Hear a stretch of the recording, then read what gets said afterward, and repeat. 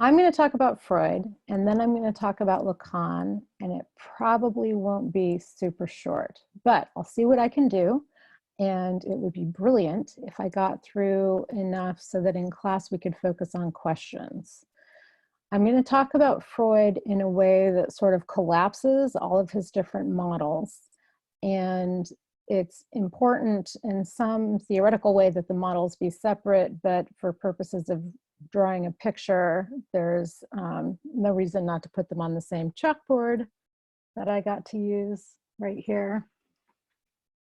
Okay, so normally I would go through this bit by bit, but instead I'm giving it to you all at once.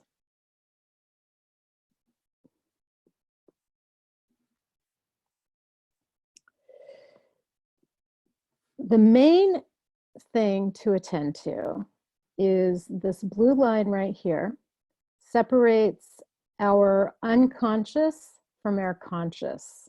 And the unconscious is Freud's sort of contribution. You'll notice that he has a very structural organization. He is not using post-structural methods, so other people will come in to do that later. And his theory separates these pretty cleanly. There are examples of when things go back and forth, but we're going to talk about them in a minute. Right now, what you need to know is that everything you know is in the conscious world, and things in the unconscious, it's different from the subconscious, where you need maybe someone to help you access it or whatever. The unconscious is something that is unavailable to you. And these are represented, these different parts of our personality or personhood are represented by Freud's term, the id, which refers to the space of the unconscious, and his term, the ego, which is our conscious selves. There's also a superego. The superego is sort of like what we wish we were or what we should be like. It's the part of ourselves. It's like our best selves, but really sort of what we wish we could do. The id is dominated by the pleasure principle. We just want pleasure all the time. The ego is dominated by the reality principle. We know we're in the real world and we can't just have pleasure all the time. And the superego is dominated by the morality principle, what we should do. One way of thinking about this is that the ego sort of mediates between the id and the superego. The ego is sort of like our personality, what it is that we come up with as we mediate between the id and the superego. Okay, in the id are several things. Maybe almost first amongst them, our libido. And our libido is our desire to have sex or to find sexual pleasure. And then our aggressive instinct is our desire to be violent. And the unconscious would have us sort of have sex with people and kill them in equal measure all the time. That would give us the most pleasure, right? And the libido and the aggressive instinct, etc., there's more stuff down here also, live in the unconscious because we know we can't really do that. In our conscious lives, we have a reality principle that lets us know that this stuff is off limits. Okay. If you're familiar with the Marquis de Sade, whose work basically describes him having sex with people in this way where half of them end up dead, but it's the greatest orgy everyone's ever had. Looks a lot like this. Okay. Now, one thing that happens in dreams is that things in the unconscious make their way into the conscious world, but they do it in tricky ways. They have to be translated to get into the conscious world. And they can do this in a variety of ways: transference, condensation, And we can talk about those in class. But the other thing that can work its way up, or that actually operates the same way dreams do, is the work of creative writers or artists of any kind. That artists are negotiating the unconscious as it makes its way up into the conscious part of the world, or the psyche. Okay, so just as, like in a dream, you might dream something and then someone tells you, oh, that means this. If you look at a piece of art, you might look at the art and then someone tells you, oh, that means this.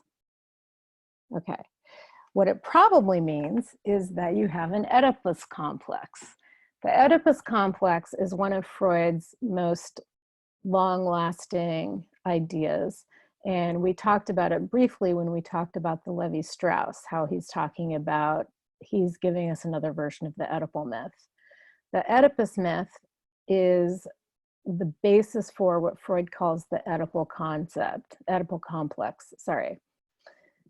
The Oedipal complex is when you're born, if you are a penis having person, you see that you love your mom. And then you see that your dad possesses your mom with his penis having parts.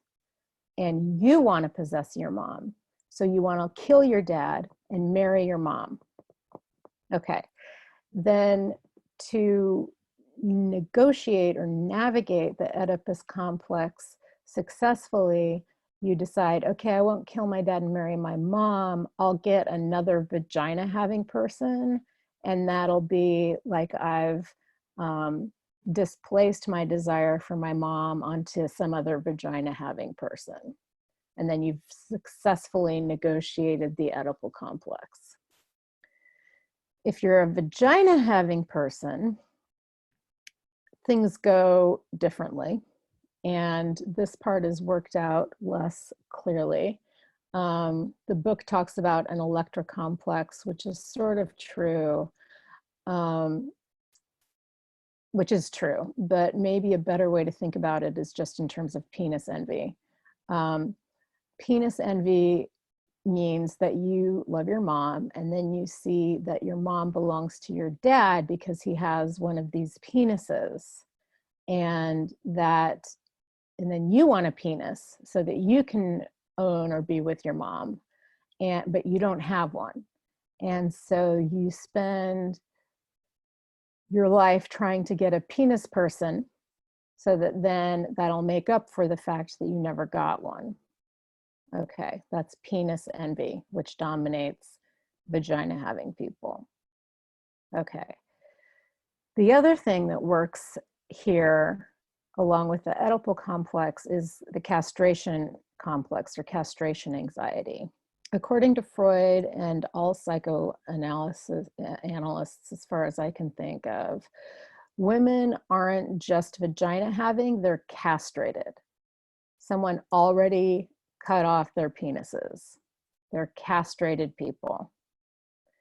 And the fear of being castrated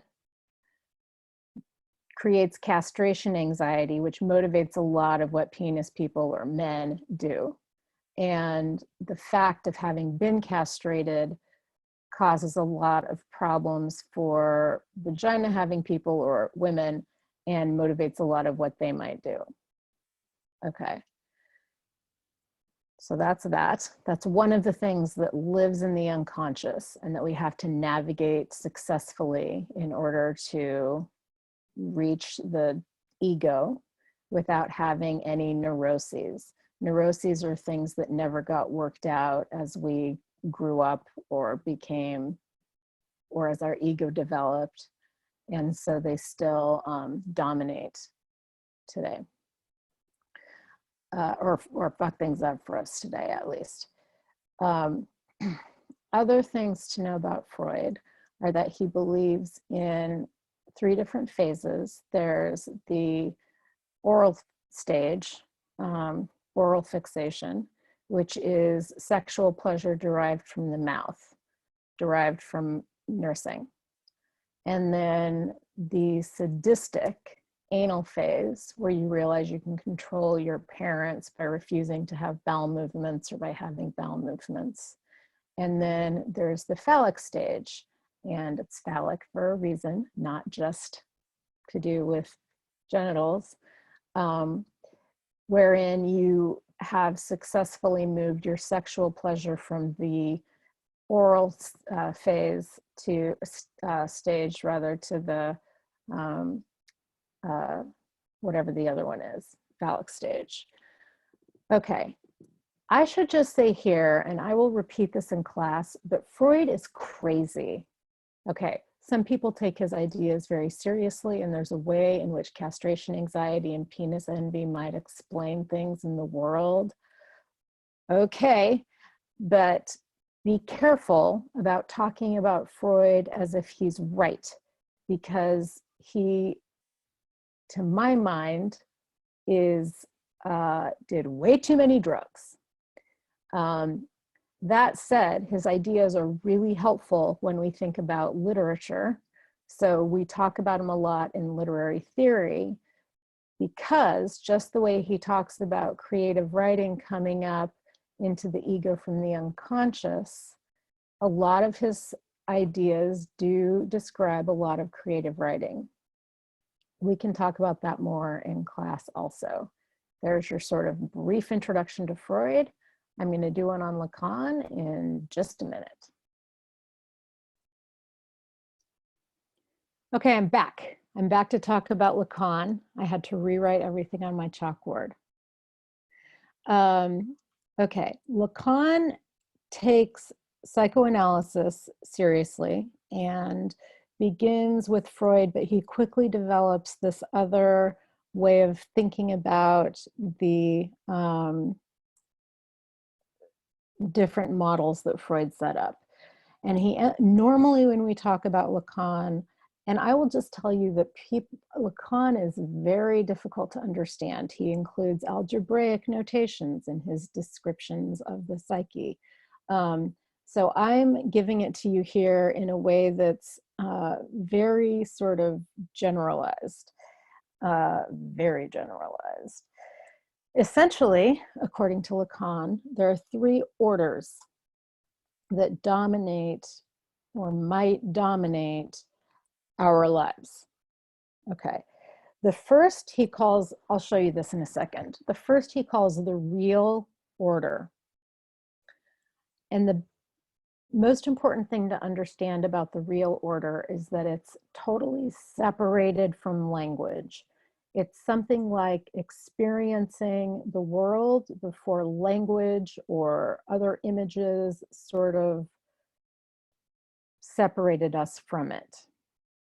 Okay, so when people ask to describe me or anyone to describe the real order more fully, I just cannot, because all words are, I mean, we can talk about it a lot, but all words are doing it an injustice, since it's sort of anti-language.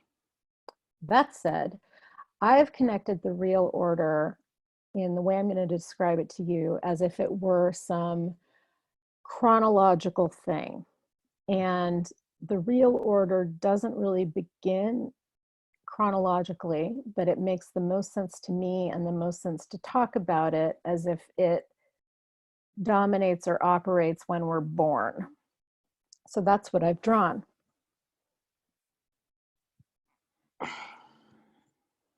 Excuse me. Okay, where am I? The real order, I'm saying, dominates when we're born or obtains when we're born. No one else says that. It's not chronological, but it's useful for thinking about it when we talk about the other orders. The real order, this is my experience of the world without language or images. And one way to think about the real order is to imagine that if you're a baby and you don't know even what that means, and you don't know the difference between your body and your mother's body, you nurse all the time, You're tended to all the time. You cry, you sleep, you excrete, you nurse, you do all of those things in succession. Um, there's no body. One might say you are just experiencing. And that's what I mean when I say that the experience of infancy might be sort of like experiencing the real, even though that's just my way of describing it. So it's not necessarily in Lacan that babies experience the real, but it makes excellent sense when we talk about how we're going to move into the imaginary order, which is the next order. And when Lacan says imaginary, he means dominated by images. He doesn't mean imaginary as fake. What brings us into the imaginary order is the mirror stage, which is chronological. The mirror stage happens when we're maybe 6 months or a year and a half old. It happens somewhere in there. Whereas before, we think of ourselves as some sort of gooey, floppy thing, or we don't think of ourselves at all, but we're discombobulated. Our bodies are messy. We can't control our bodies. Okay. And then suddenly, when we're 6 months old or a year old or 18 months old, we look in the mirror. And this doesn't have to be the mirror. It could be a mirror. It could be you look in your mom's face and realize she's reflecting you. But let's say it's a mirror. And you see in the mirror that there's this like Gerber baby type thing, this like really cute little baby who seems to be in one piece. And he or she, but probably he, has all of its limbs under control or at least attached or something like that. And this is quite shocking to us. And it forces us to separate the I that we experience from the self that others see. Freud sometimes talks about this, Lacan, as the I ideal, or even ego ideal. Once we've gone through the mirror stage, we have this realization, which is that we experience ourselves one way, that other people experience us another way, and we need both of those ways in order to be complete. That the I, in some sense, is now, that the self, the ego, as Freud would have it, is fractured between what I think and between what others see. In order then for us to identify in the imaginary order as people, we need a capital O other, which means someone who can see us, someone who reifies our experience or our identity in the world. It's called capital O other to separate it from something else that I'll get to in a sec. Okay, this is imaginary because it's introduced from the mirror stage and because it's to do with looking. So it's focused on images. Okay, eventually, once we learn language, we move into the symbolic order. The symbolic order takes over from images, and it gives us a way to talk about the world, but also to talk about it coherently. So we have language here coherently because we're operating under the law of the father. And the father, because the father is most important, but also because the father has a phallus. The phallus operates, according to Lacan, almost as a transcendental signified. It locates the place that makes language make sense. One of the problems for representing this for women or vagina people is that it's not clear how to get from the imaginary order to the symbolic order properly because you're castrated already. Bummer. Okay, so once we once we live under the symbolic order, we know we still need capital O other, but we've are able to use the language to satisfy some of that lack. Speaking of lack, before we go through the mirror stage, when we're with our moms nursing and being gooey babies, everything's fine. It's not fine, but it's basically fine. We don't know the difference. And then we get to the mirror stage and something is taken away from us. Our mom puts her shirt on and leaves the room.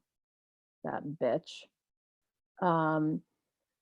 We realize we can do things for ourselves. Something happens that makes us go through the mirror stage and need a capital O other, but also experience what Lacan calls a primordial lack, which is to say we lack whatever we had here. This full experience is gone and we lack it. We want it, we desire it, we need it. And so we search for it. And we search for it in getting a new girlfriend. We search for it in getting a new car. We search for it in, I don't know, playing with a new telephone, or all of the things that supposedly that bring us so much joy. And then the joy lessens eventually because we can't ever really get back here. The thing that we're searching for, Lacan calls objet petit a. And that is French. It just means object small a. So small a, to differentiate it from object small a, as in A for autre, which means other, to differentiate it from capital O other here. So capital O other here, small a for other here, and l'objet petit a would be the thing that brings us back to the real order or back before primordial lack most effectively. The thing that does this most effectively is sex, or at least orgasm. So when Lacan talks about jouissance, that means joy and bliss. It also means orgasm, which I mentioned when we were talking about the Barthes, I think. Orgasm does the best job of tearing away separations between us and other people or the world, or getting rid of language and images that would dominate our psyches. So we keep searching for objet petit a, and we are dominated now by the symbolic order, although women operate always uncomfortably there because women don't have a phallus. Lacan is obviously spot on. You should use this to analyze all your friends. Don't do it. They won't like it. Okay. If you understand this a little bit, it'll save us some time in class, and we'll go through the other parts of the chapter in class too, but these are the things that you really want to know before we get to the readings on Wednesday and Friday. Okay, I think we're done. See you soon.